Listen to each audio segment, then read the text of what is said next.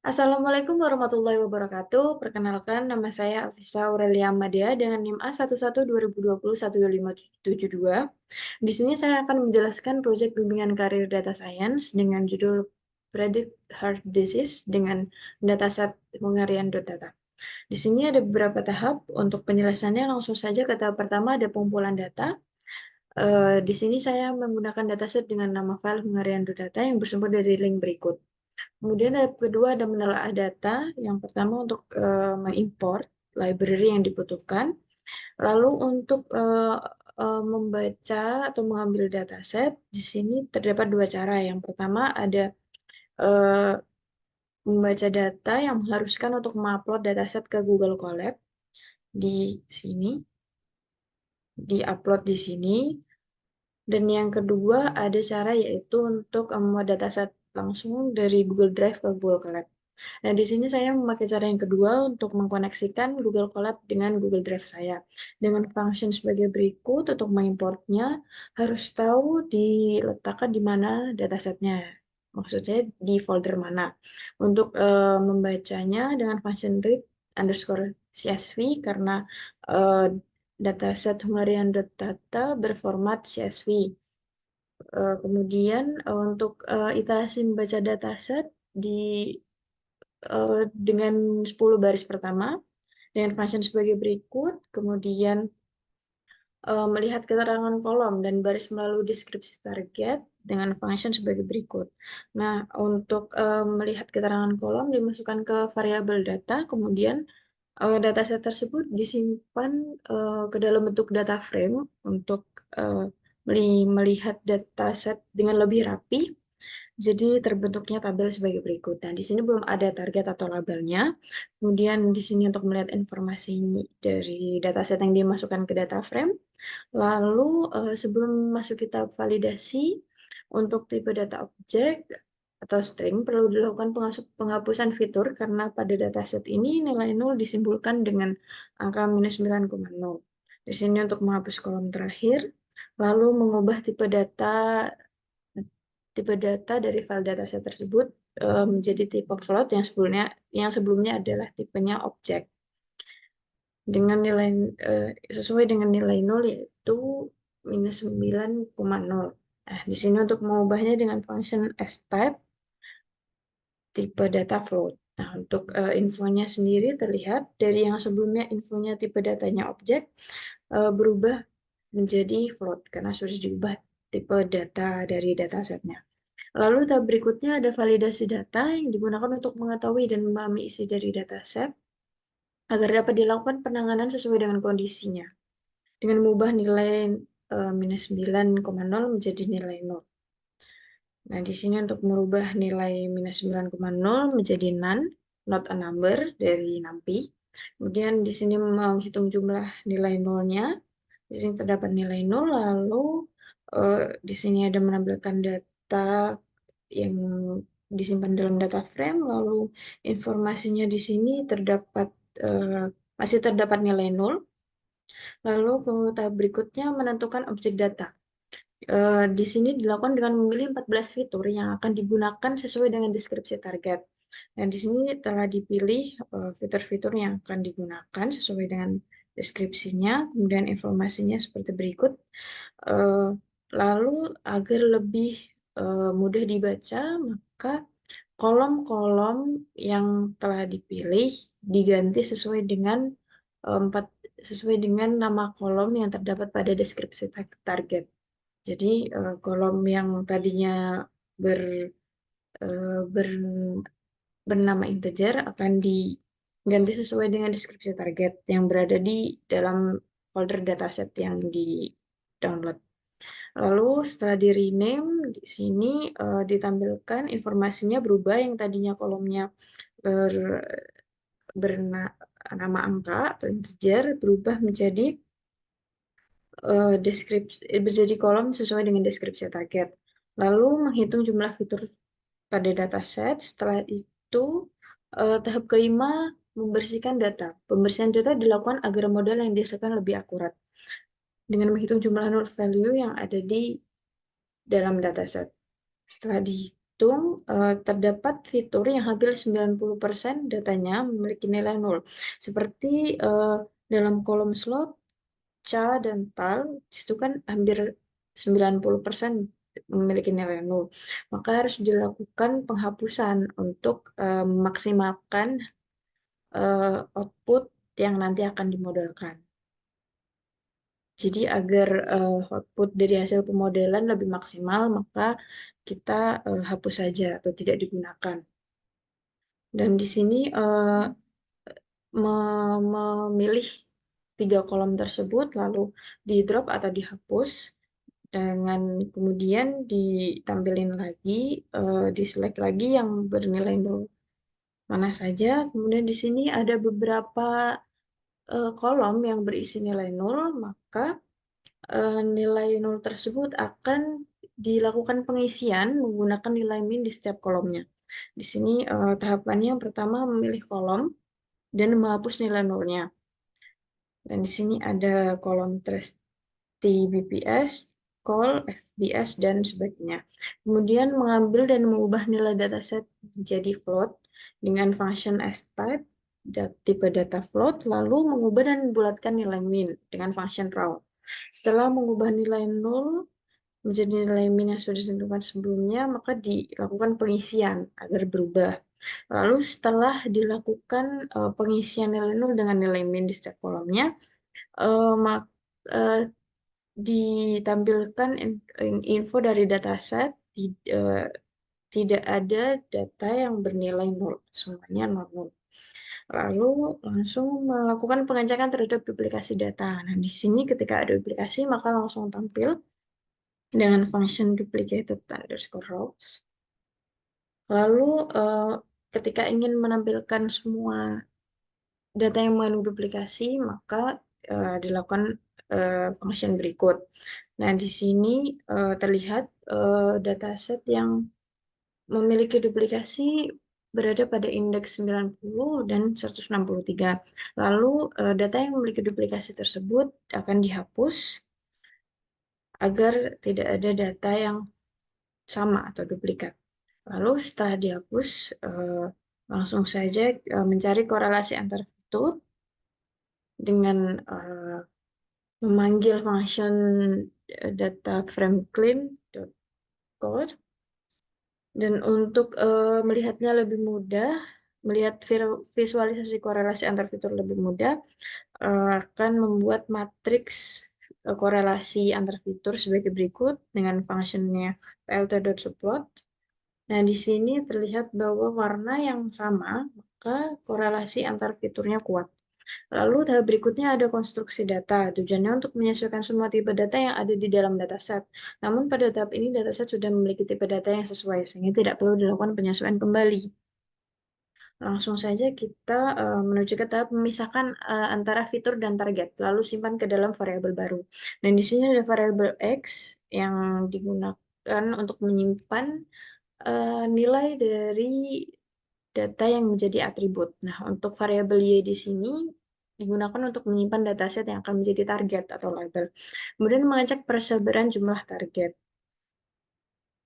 Nah, di sini langsung divisualisasikan saja agar lebih mudah dibaca. Di sini terlihat persebaran jumlah target tidak seimbang, maka harus dilakukan penyeimbangan persebaran target agar ketika dilakukan pemodelan hasilnya maksimal. Dan di sini terdapat 2 cara. Yang pertama ada oversampling dan undersampling. Nah, dikarenakan dataset ini jumlah datanya tidak terlalu banyak, maka dilakukan penyeimbangan persebaran jumlah target dengan oversampling. Dan salah satu metode yang saya gunakan di sini adalah SMOTE. Nah, untuk functionnya sendiri, function SMOTE sebagai berikut. Lalu data yang telah dilakukan penyeimbangan persebaran jumlah data akan disimpan ke dalam data frame, dan kemudian di sini akan ditunjukkan visualisasi sebelum dilakukan oversampling. Di sini kan terlihat tidak seimbang. Nah, setelah dilakukan oversampling, maka terlihat persebaran targetnya seimbang. Setelah itu langsung saja kita mengecek apakah perlu dilakukan normalisasi dengan melihat deskripsi dari nilai dataset tersebut. Nah, di deskripsi di atas terlihat bahwa rentang nilai dari dataset cukup jauh pada standar deviasi setiap fitur dataset yang dimiliki. Rentangnya di sini ada 47, di sini ada 0,7, kan jauh. Nah, hal tersebut sangat berpengaruh nantinya pada saat dilakukan model permodelan.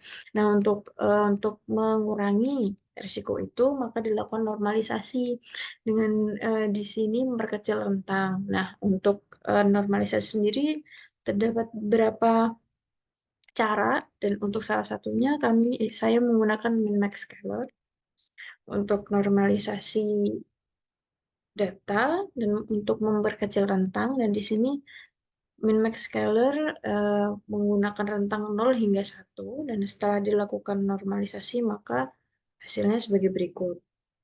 Lalu setelah dilakukan normalisasi, dilakukan pembagian fitur dan target menjadi data train dan test.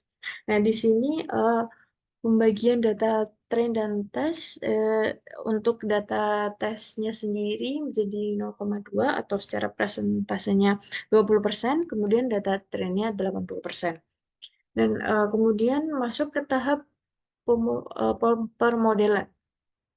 Untuk membangun sebuah model, terdapat fungsi-fungsi yang dilakukan untuk mengevaluasi dari model-model tersebut. Nah, untuk fungsi ini bersifat opsional. Biasanya ada yang melakukan evaluasi dengan akurasi, ada juga yang menyertakan recall, advance score, dan precision score. Dan di sini membuat function evaluationnya dengan beberapa variabel untuk mengevaluasi model tersebut. Dan di sini kan tadi menggunakan oversampling untuk persebaran data jumlah targetnya. Dan di sini terdapat beberapa metode yang digunakan untuk pemodelan. Yang pertama ada KNN dengan nilai negatifnya 3 dengan function KNN Knightbor classifier sebagai berikut. Dilakukan pemodelan dengan function KNN model predict sebagai berikut, menghasilkan akurasi 75% dengan confusion matrix sebagai berikut. Nah, untuk metode yang kedua ada random forest dengan n estimator sama dengan 100. Yang digunakan untuk mengatur jumlah pohon keputusan yang akan dibangun dengan function pemodelan RF underscore model predict. Kemudian setelah itu menghasilkan output atau akurasinya sebesar 92% dengan conversion matrix sebagai berikut. Lalu untuk metode yang ketiga ada XGBoost dengan learning rate-nya 0,1 yang digunakan untuk mengontrol seberapa besar kita menyesuaikan bobot model. Dengan penghasil XGB classifier dengan data train dan tesnya, lalu setelah dilakukan pemodelan dengan dot predict dihasilkan akurasinya sebesar 90%.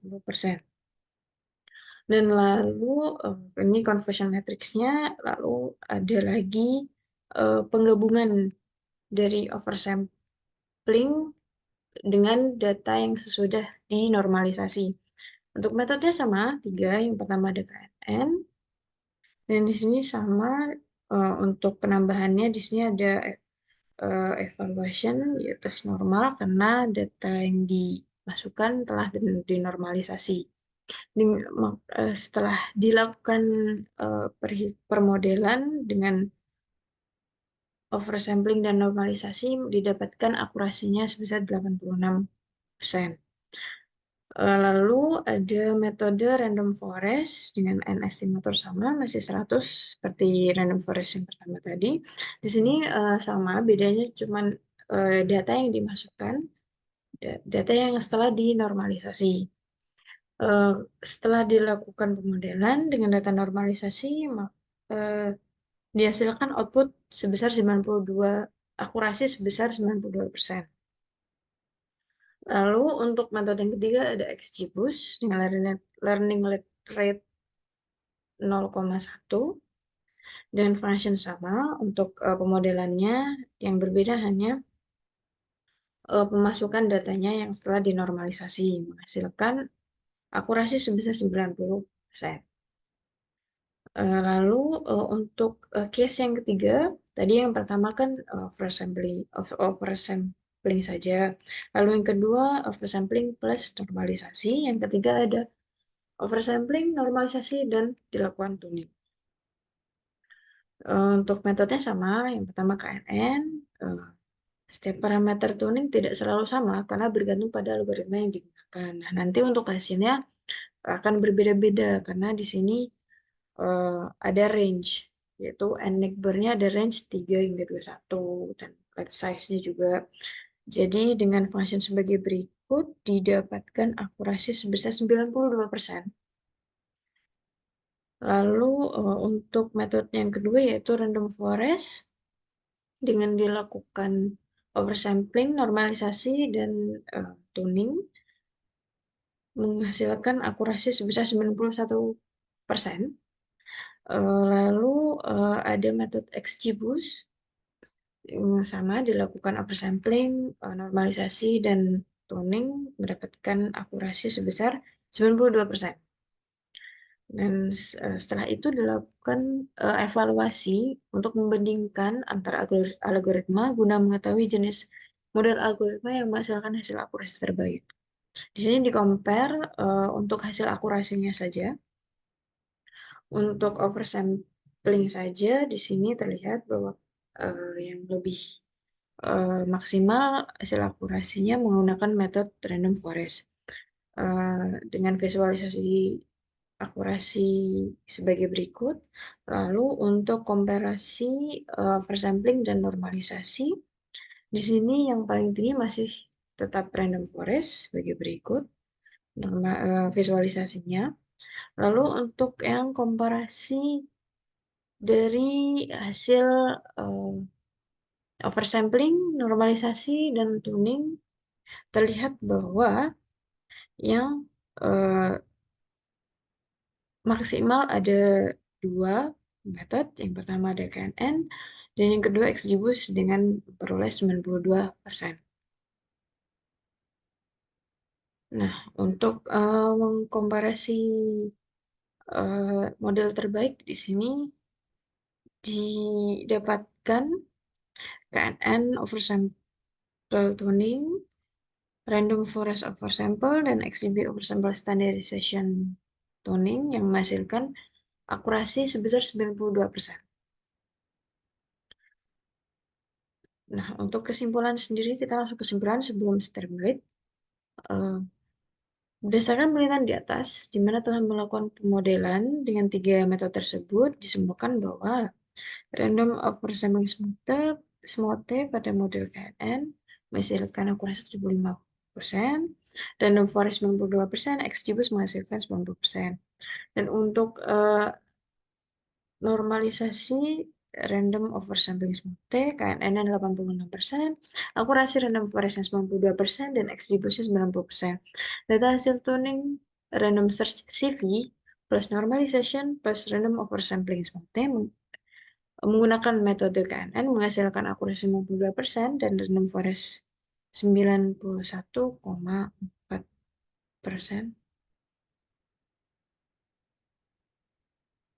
Ya, salah.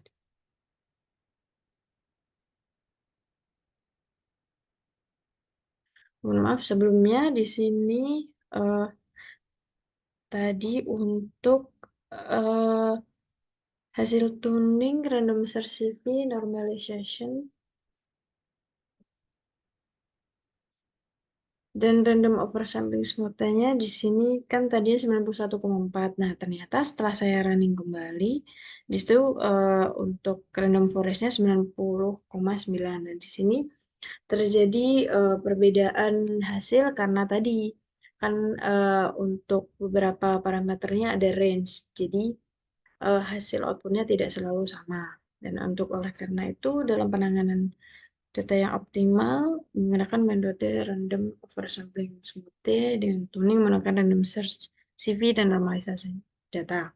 Metode tersebut memberikan hasil yang signifikan dalam meningkatkan akurasi model klasifikasi khususnya pada model KNN dan XGBoost. Nah, untuk lanjut untuk menerangkan dari Streamlit-nya saja. Nah, untuk implementasi dari Streamlit-nya, saya menggunakan metode untuk penyeimbangan persebaran jumlah target menggunakan SMOTE dengan menggunakan pemodelan XGBoost. Dan di sini untuk Streamlit-nya untuk tahap 1 hingga tahap 6 sama. Yang berbeda untuk pembuatan modelnya saja. Dan untuk Streamlit-nya di sini untuk membuat model XGBoost-nya tinggal memanggil function pickle.dump dan kemudian terbuatlah model dari XGBoost-nya dengan format filenya pickle.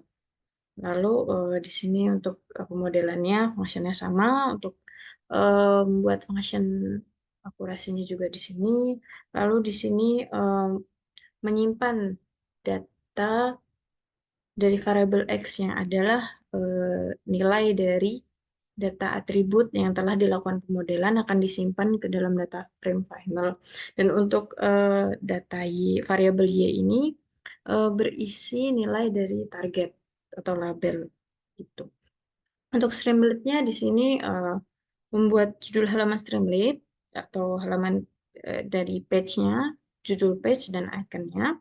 Untuk kemudian membuat judul. Judul di sini saya menggunakan Streamlit Markdown dengan menampilkan ada gambar, terus ada judul penyakit jantung harian. Lalu saya akan menampilkan akurasi dari model XGBoost-nya. Kemudian halaman halaman utamanya akan dibuat terpisah. Ada untuk single predict dan multi predict. Nah, untuk selain halaman utama, untuk menginputkan data dari user, diinputkan ke dalam fungsi sidebar. Nah, di sini untuk sidebar-nya di sini menginputkan beberapa atribut, yaitu umur, kemudian ada jenis kelamin, dan di sini ada beberapa kondisi. Jika laki-laki, maka akan value-nya 1 dimasukkan ke dalam kolom seks. Kemudian ada atribut tipe nyeri dada dengan berbagai pilihan sebagai berikut, 1 hingga 4. Lalu menginputkan tekanan darah istirahat dengan satuan mmHg pada saat masuk ke rumah sakit. Lalu menginputkan jumlah kolesterol dalam darah, lalu untuk menginputkan kadar gula dalam darah apakah lebih dari 120 mg per desiliter atau tidak, ya atau tidak. Lalu menginputkan hasil resting elektrokardiografik. Di sini ada beberapa pilihan, ada normal, mengalami kelainan, atau menunjukkan hipertrofi. Lalu menginputkan denyut jantung maksimum mencapai seberapa dengan rentang nilai tersendiri nanti. Kemudian menginputkan apakah angina akibat olahraga atau tidak. Kemudian menginputkan depresi ST disebabkan oleh olahraga dibandingkan dengan istirahat itu seberapa gitu. Dan setelah diinputkan data dari atribut tersebut, maka akan dimasukkan ke dalam variabel data untuk kemudian disimpan ke dalam data frame. Setelah disimpan ke dalam data frame, akan ditampilkan untuk memudahkan membaca visualisasi data yang diinputkan. Jadi data frame tadi kan berubah menjadi tabel. Lalu setelah itu lanjut melakukan prediksi menggunakan model karena modelnya sudah dibuat yaitu XGBoost sebelumnya. Lalu setelah diprediksi dengan menggunakan model yang dilatih, maka akan ditampilkan proses prediksi tersebut dengan menetapkan hasil prediksi kondisi sebagai berikut. Ada sehat, ada level penyakit jantungnya level 1 hingga 4. Lalu akan menghasilkan hasil prediksi dari pemodelan dari XGBoost. Nah, itu untuk single prediction. Nah, untuk predict multiple data, di sini akan mengupload dari dataset yang berisi berbagai macam data untuk kemudian diprediksi langsung dari file CSV yang diunggah. Dengan model yang digunakan sama, yaitu XGB, lalu melakukan prediksi yang dilakukan langsung dengan model XGB tersebut di di di maaf sebelumnya, data yang telah diupload akan akan diolah dengan model XGB untuk kemudian dihasilkan hasil prediksi dari pemodelan tersebut. Dan untuk menampilkan hasil dari prediksi akan ditampilkan dari data frame yang berisi dari hasil data yang telah dilakukan pemodelan. Untuk itu langsung saja kita ke Streamlit-nya. Nah, di sini Streamlit-nya, dan ini untuk menginputkan data dari usernya, yaitu di sidebar sendiri. Dan ini merupakan halaman utama dari Streamlit-nya untuk menampilkan output dan nanti kesimpulannya. Nah, di sini kita coba untuk umurnya, ini untuk single predict dulu, kita coba umurnya 32, dan jenis kelamin laki-laki, tipe nyeri dadanya tipikal angina juga. Untuk tekanan darahnya di sini ada keterangan minimal maksimal sampai kayak di atas, kita coba 95. Kemudian jumlah kolesterol kita 85 saja, kadar gula dalam darah tidak. Kemudian untuk hasil restingnya kita coba mengalami kelainan. Lalu untuk denyut jantung kita coba 87. Lalu angina akibat olahraga tidak. Lalu untuk ini ada rentangnya 0 hingga 5, kita coba 1. Setelah itu kita langsung klik button prediksi untuk melihat hasilnya. Nah, setelah dilakukan prediksi, di sini hasilnya sehat walafiat. Dengan data-data yang telah diinputkan ditampilkan ke dalam halaman utama. Dan itu untuk single predict-nya, untuk memprediksi penyakit jantung pemberian berdasarkan inputan dari user. Dan untuk multi predict-nya di sini dapat mendownload contoh datasetnya, kita download saja.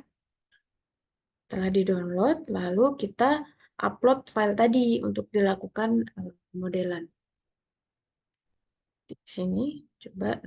Setelah itu dihasilkan output sebagai berikut. Nah, di sini untuk hasil prediksinya ada berarti datasetnya ada 5, 5, 5 baris nih, ada indeks 0 hingga 4 dengan hasil prediksinya berikut. Kemudian yang di kanan ini adalah nilai dari atributnya yang ditampilkan.